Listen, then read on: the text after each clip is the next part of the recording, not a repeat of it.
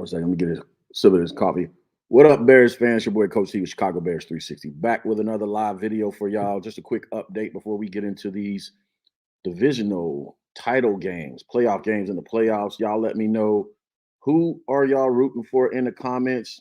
Got a quick update, coaching interview update for y'all and so much more. Let's get to it. Y'all know what's next. Cue the intro, maestro. Let's go. Contra.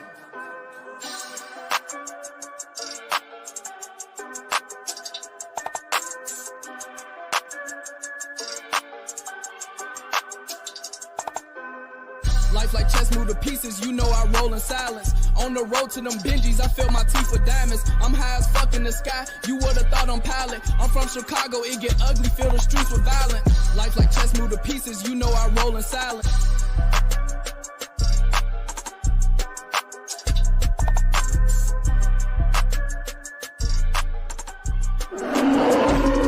Past, present, future. We bear down.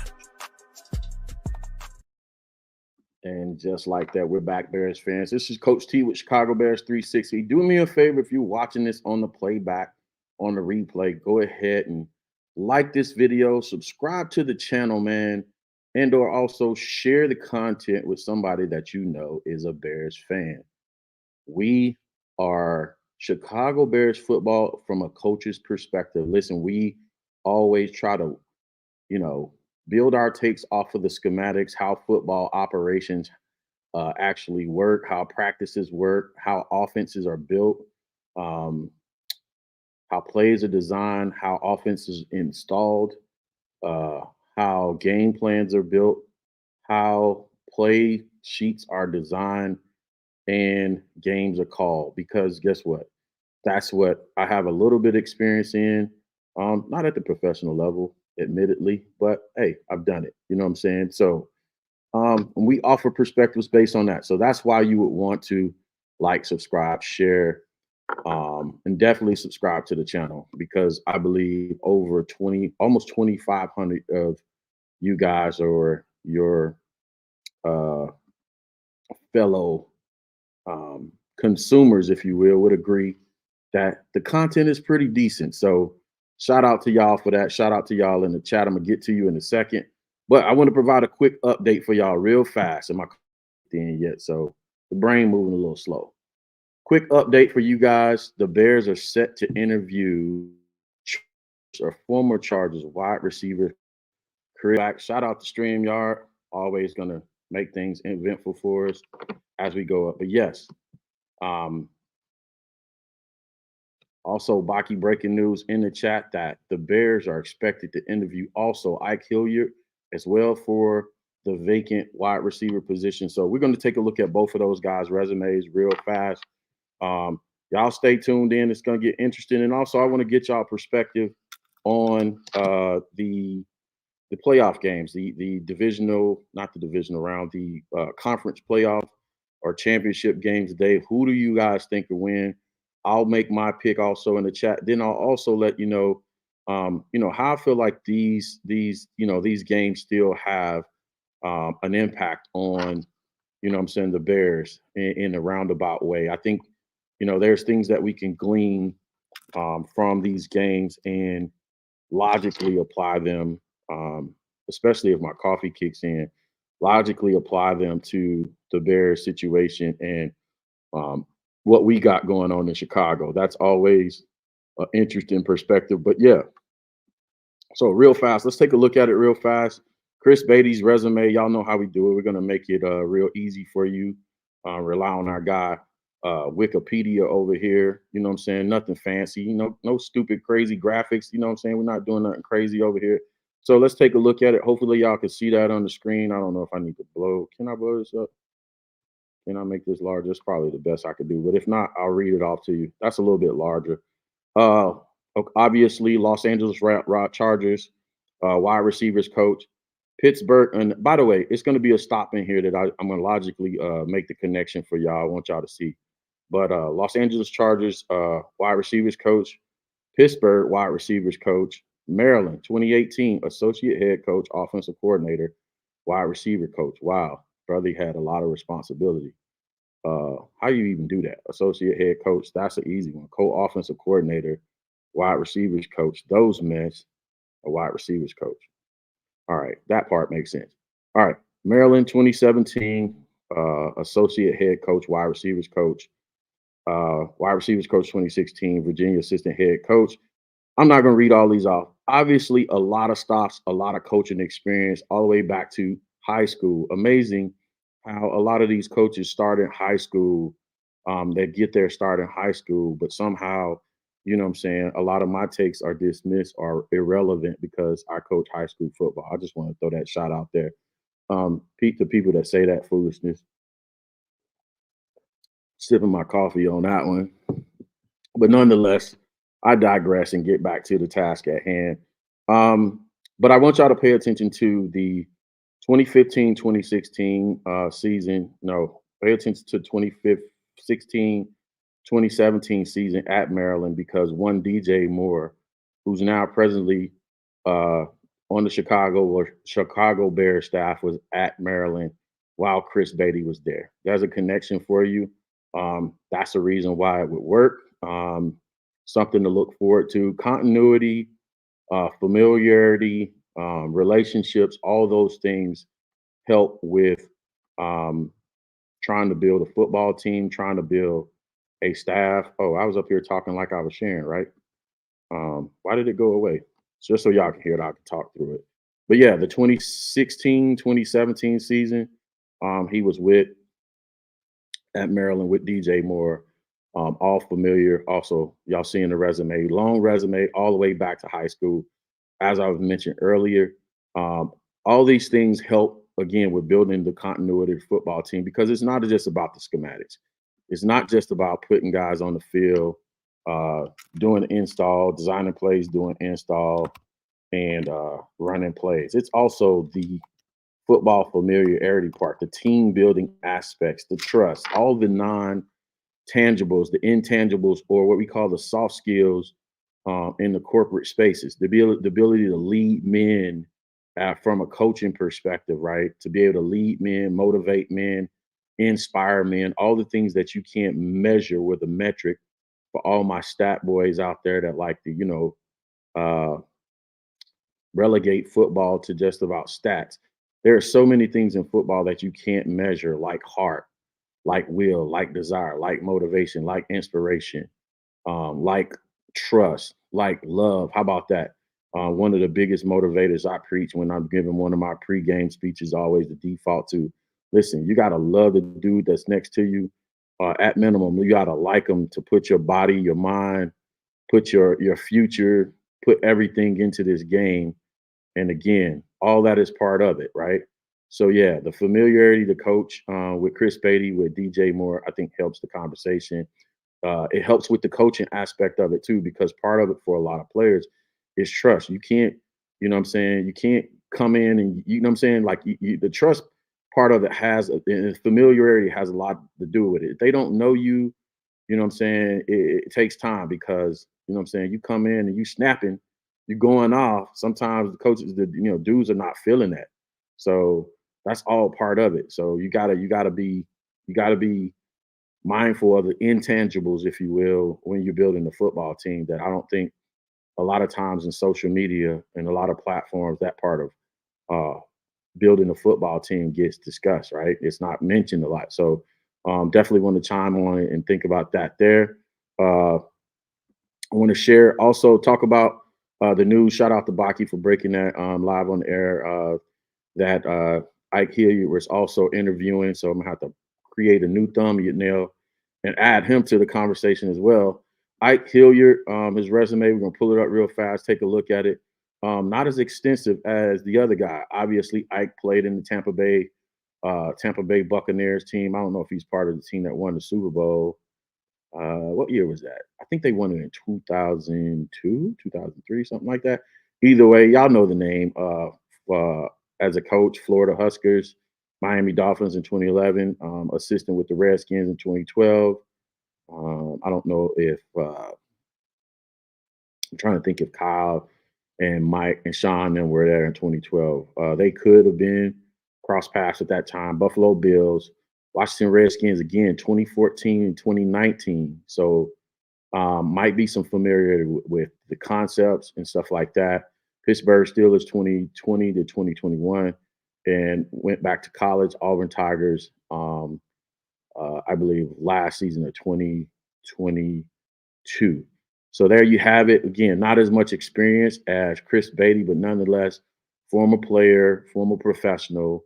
You know, be it as it may, whatever it counts for. The Chicago Bears are interviewing him for the wide receivers position, the wide receivers coaching position. Pardon me. So yeah, those are two candidates, hot candidates, right off the press, giving you information. You know, a lot of those wide receiver coach are former players that, you know, they know how to get to it, man. They know how to get to it. They know what it is. They know what it takes to be a professional, know how to practice the right way, how to represent themselves in the community. And really, with wide receivers, man, when you're coaching them, it's all about attention to detail, harping the details, harping how you're getting off the line of scrimmage, harping your distance to the formation, your landmarks as far as your formation. Make sure you're lining up at the right spacing. That if you're lining up from 5 or 7 yards from the tackle or a tight end, that you're in the right spots, or you're supposed to be on the hashes, inside the hash, on the hash, outside the hash. You know, creating the correct spacing, all the details, making sure you're running uh, routes to the correct depth. Right? If it's 5 yards, it's 5 yards. It's not 7 yards. If it's 5 yards, it's 5 yards. It's not 3 yards. That you're not interrupting the timing. Right? That you're catching the ball with your hands and not your body. That you're making sure you're catching the ball and you're tucking the ball immediately. That once you tuck the ball, that you're carrying the ball when you get into that running back position, that you're carrying the ball with the appropriate hand, or you're switching, you know, the ball to the appropriate hand away from the defender. Um, that you have 3 points of contact on the ball when you're carrying the ball, as to not fumble. All the details that go into coaching, man, that's part of the conversation. That's what they should be emphasizing, that you're being a great teammate and being a good blocker. Listen, if you're going to play in the Kyle Shanahan, Sean McVay offense, you have to be a great blocker. So all those should be part of the conversations as they're conducting these interviews.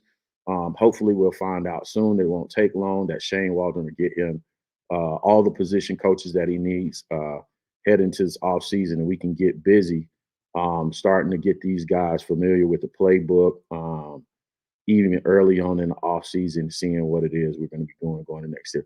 But I think, you know what I'm saying, the overall messaging is this overhaul of this offensive, I'll call it a remodel. The remodel of the offensive staff is going according to plan. I like it. I like Shane Waldron. I like Chris Semo staying. I like the tight end coach staying. And I think, you know, these guys are going to build a winner, right? They're going to build a team. And they're going to bring in people with things to prove, like Shane Waldron, who should have been in this head coaching cycle. But, you know what I'm saying? I'm sure, you know, we're human, you know what I'm saying? And so he's probably, you know, he probably had to deal with, you know, accepting things that probably didn't go according to plan, and readjust, a pivot and adjust. And now, again, has something to prove going into the season. Also, I wanted to add this about Shane or Chris Beatty. Chris Beatty and Ike Hilliard, if you look at their resume, now that I think about it, both of them have time experience at either being a co-offensive coordinator. Most of them, as I look at it, co-offensive coordinator, co-offensive coordinator. And I think that's a big part of building out the staff too, to equip this staff with people that are capable in the event that we have a good season and Shane Waldron moves on, that they can take over this offense that's already on the staff, that can take over this offense and you know, and keep things moving. Now, Ike Hilliard was a wide receivers coach and co-OC at Auburn. Those are all his qualifications to be a future offensive coordinator. But if I had to look at somebody's experience, this long resume of Chris Beatty's kind of equips him better to be an offensive coordinator. Offensive coordinator, Hampton University, 2006. Let's see, co-offensive coordinator, Illinois in 2012. associate head coach, offensive coordinator, and co-offensive coordinator at Maryland. You know what I'm saying? So that'll be part of the equation as well, right? Who, who on this staff, unlike Luke Getsy's staff, who's equipped to take over, be mentored by Shane Waldron, take over this offense in the event that Shane moves on after an explosive season um, next season, right? With any success, you know what I'm saying? You know, coaches garner attention and always attract attention. That's part of the coaching profession. So that's how it goes. So I know that. Let me see if we already got scores on the board. Ravens, Chiefs. I know I'm probably y'all in y'all Ravens Chiefs game. Game just now gets started. No scores. So as we get into it, I want y'all's prediction. Who do you have? Ravens or Chiefs? I have the Ravens, obviously, pulling for my boy Lamar Jackson and the Baltimore Ravens. Also, the linebacker Roquan Smith, who's from the Chicago Bears, out there doing his thing. I just like the style of play. Plus, there's added incentive for quote unquote running quarterbacks. Freudian slippage right there. Running quarterbacks who, by the way, you know what I'm saying? I like the fact that, you know, Patrick Mahomes came out in one of his press conferences and people tried to label him as a passing quarterback or a pocket quarterback. And he came out in the press conference himself and said it, bro.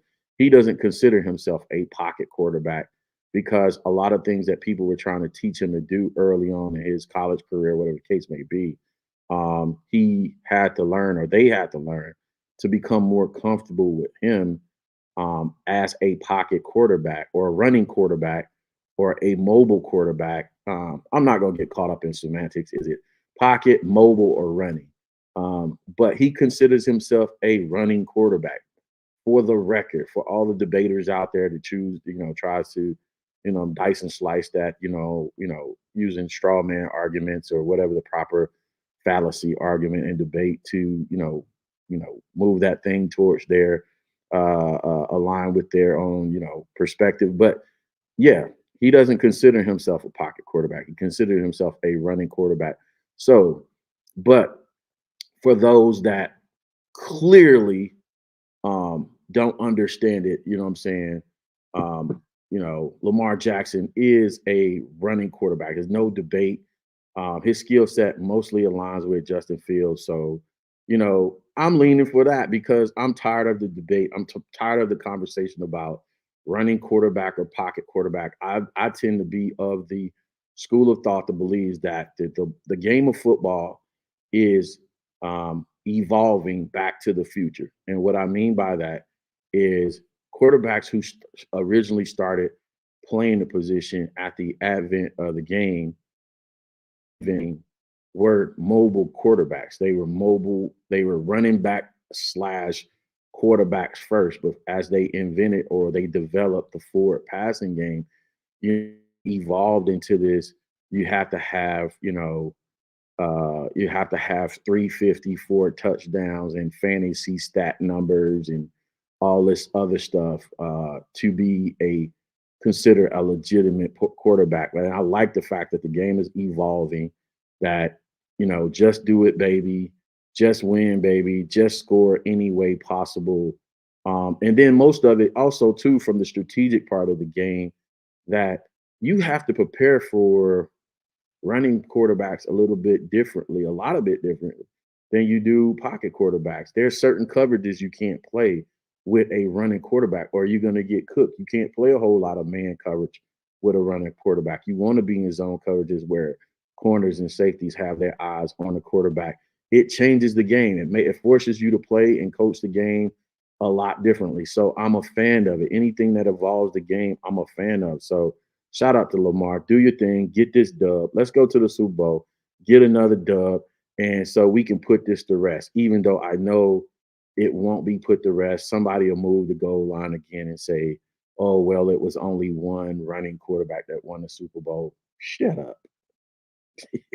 Just shut up, bro. We not listening to y'all. But either way, get you one, Lamar. We got your back. We riding with you. There you go. Boom. On the other side of things, I'm never rooting for the Detroit Lions.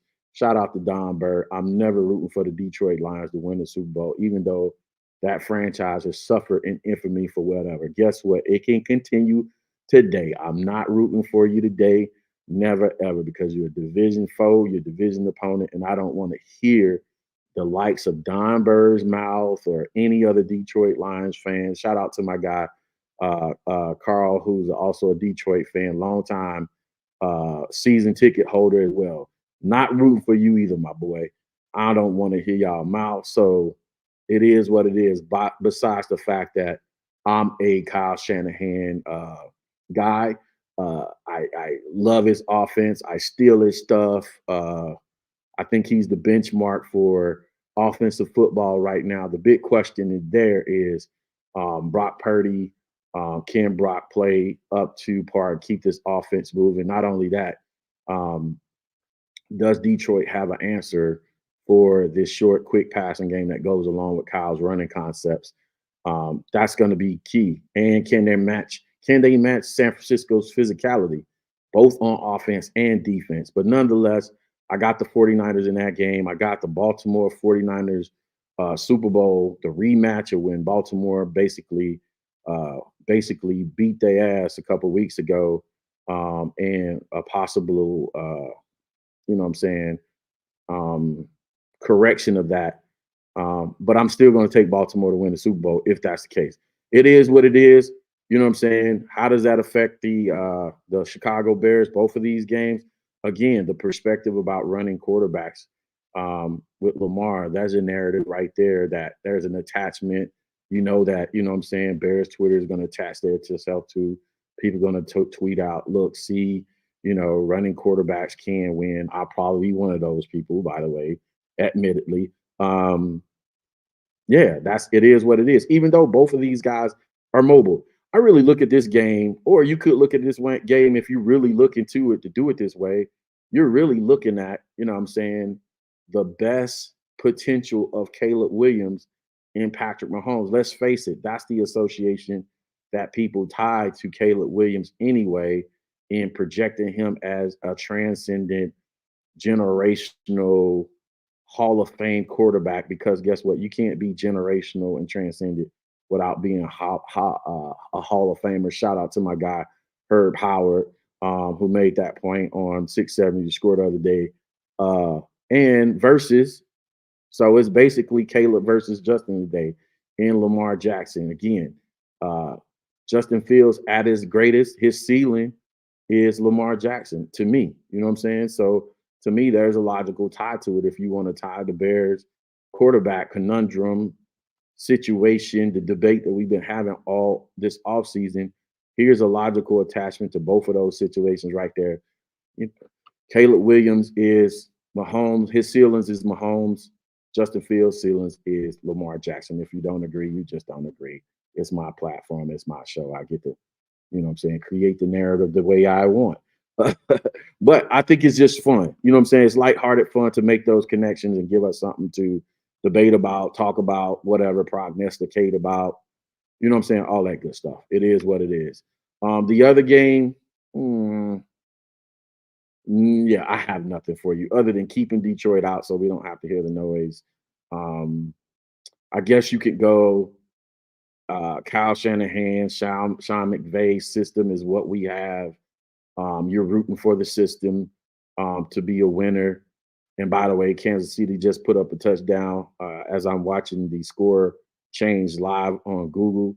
So, yeah, I ain't going to hold y'all much up, and I'm going to let y'all get to it. But those are some angles I'm giving y'all to kind of look at this game, or the lens to look at this game through. I just think it's fun. You know what I'm saying? I think the debate is fun. You know what I'm saying? I don't take it, you know what I'm saying, seriously to the point where it's like, blah, blah, blah. Now, I do take the disrespect that sometimes people be, you know what I'm saying, you know, disrespect that y'all taking it too far. I take that part seriously, you know what I'm saying, because I just am who I am, but y'all got to chill out, man. This just gives you something to look at, something to look at, you know what I'm saying? Look at something, you know, to think about, something to connect this to, because guess what? Our team is not there. Why not? Let's make a connection. That gives us something to debate tomorrow. If Mahomes win, you know, the Caleb Williams stands are going to be going crazy. If Lamar wins, the Justin Fields stands are going to be going crazy. That's going to be the next part of the conversation. This is just me, you're gonna experience tonight and tomorrow as part of this conversation. So real fast before I get out of here, let me get in the comments. I got to give y'all shout out, man, for tapping in, hanging out with me, even while the game is going on. So let's slide to the DM. Let's go. Did you get like some crazy DMs or what? Very. Surprises or no? You're talking like blue check marks? Yeah, like people who be sliding and I'm like, wow, y'all fuck with me like that. That's what's up, man. Quick shout out to the Blacks, Adam Chef Tabaki in the building, breaking news during the show. Also, my guy Bear Truth 9 that helped out and broke that news at the same time. So shout out to the both of those guys. Also, Bear Truth 9 giving me or reminding me of the content I need to do going up. Yeah, I'm covering all those players. Bear Truth 9, I just wanted to make sure I got down to Mobile, had a perspective. You know what I'm saying? I'm gonna have eyes on them, so I wanted to wait until I saw some of these players up close because I didn't want to do a video and then have my perspective of them change. I'm looking for diamonds in the rough when I get down to Mobile this week. I'm traveling down Wednesday to the Senior Bowl. I'm looking for some diamonds in the rough, some names, late round picks that I think could be gems or stars for the Chicago Bears. And also not always focusing on the guys that we know that are studs and stuff like that. That's going to be the benefit of being down there because I know what NFL looks like. I've coached against them. I played them. I coached them and I've coached against them. Even as a high school coach, I coached, you know what I'm saying? I got Bruce Hector in the league right now. Your boy, Brian Pringle, one of my players, Bruce Hector, Deontay Johnson, coached against Rodney Harris that used to play for the Bears. Who else? Isaiah Wynn, the Griffin boys, Ray McLeod, who's playing today, coached against him in high school, Byron Coward. There's so many more that played in that Hillsborough County area. Shout out to them. So I know what it looks like when it pops on tape. I saw it then, so I like my eyes. I trust my eyes when I get down there. I'm gonna lean on that when I'm doing these player evaluations. But shout out to Box. Shout out to Jay Sanders. My guy Jay Sanders. Y'all like that singing voice, boy. A little wasted. Okay, I see you, my guy. I gotta put this picture up, man. A little wasted, just a little wasted. He says, I feel like the Ravens have a better team, but never counted out as a great quarterback, great play calling. That's the part, bro. That's the part. It's Todd Monken. You know, he's gonna have to basically have a day. You know what I'm saying? Here's the other part of that conversation. Lamar listen, this is the thing with Justin types and Lamar types. You can be an average play caller, which Luke Gessie wasn't. He was way below average. All you have to do is be a average play caller. But the guys that like Lamar and Justin, they can make an average guy look great. So he doesn't. I'm gonna take that back. Todd doesn't have to have a great day. You know what I'm saying? Lamar can erase so much of the stuff that Todd, faults that he may have, and you know what I'm saying. But great point by you, bomb comment. I'm gonna put some smoke on that. I'm gonna put a bomb on it just because it's the first time he's seeing you in the chat, and I appreciate you, man. Let me go. What we got? Lamar had Scott Grissom said Lamar had 152 yards, 100 yards, beat the Texans. Yeah, it's the aggregate yards that people don't pay attention to. That's 250 yards, 252 yards to me. Doesn't matter how you got them. This whole premise, this whole perspective of playing the quarterback position the right way is crazy to me, man. I'm giving myself 45 minutes to get out of here. So I'm going to get through these comments. I'm going to get out of here. Talented quarterbacks trump better overall teams. Talented quarterbacks trumps better overall teams. I disagree with you, my guy. Football is a team game played with 11 players on both sides of the ball. Offensive line and defensive line being the engine to both sides of the ball. 53 and 1/3 yards wide and 120 yards long. And it's a team football game. It's the ultimate football team that is heavily, more than any other sport, relying upon the coaching staff, the position coaches, the coordinators to put players in the right positions, especially the offensive coordinator position, who you can't have a bad drive in a game like games like today. You cannot have a bad possession. You cannot have a bunch of 3-and-outs. You have to move the football. You have to get points on pretty much every drive. Because guess what? One 3-and-out equals an 8-point swing potentially. 2 3-and-outs, a 16-point swing. So imagine that. It's just so easy for momentum to change in football. That's what makes it a great game. But shout out to you for commenting. I appreciate that still. Mahomes, Kelsey, 7-0 Ravens. I see it. Talented QBs, play calling look good. Lamar, he doesn't make the field games. Good. Okay, man. Do I want to put that comment up? All right. No, bro. That's no, I'm not putting that comment up. You know you tripping on that one. Bike said, Coach T, you know that what I said, the word is continuity, so we know who the quarterback be next season. That's what I'm leaning towards, Bach. You know what I'm saying? If you're not part of the show, you don't follow the show on the regular. You haven't seen how I logically put the schematics, the football operation T League together. Go back and watch the last show where I had my rant on the topic. It is what it is. There are no new names in here. Shout out to, I don't know if I gave Scott Garrison. I gave you a shout out. So no names in here. I got everybody covered. Listen, man, I'm your boy Coach T with Chicago Bears 360. Thanks for hanging out with me. We got this thing done in less than 34 minutes, even with some technical difficulties. Like I said, the update is Chicago Bears are interviewing Chris Beatty, former or current wide receivers coach of the Los Angeles Chargers, and then also Ike Hilliard for their wide receiver coaching positions. If any more updates happen, we're going to break those for you. What's the day?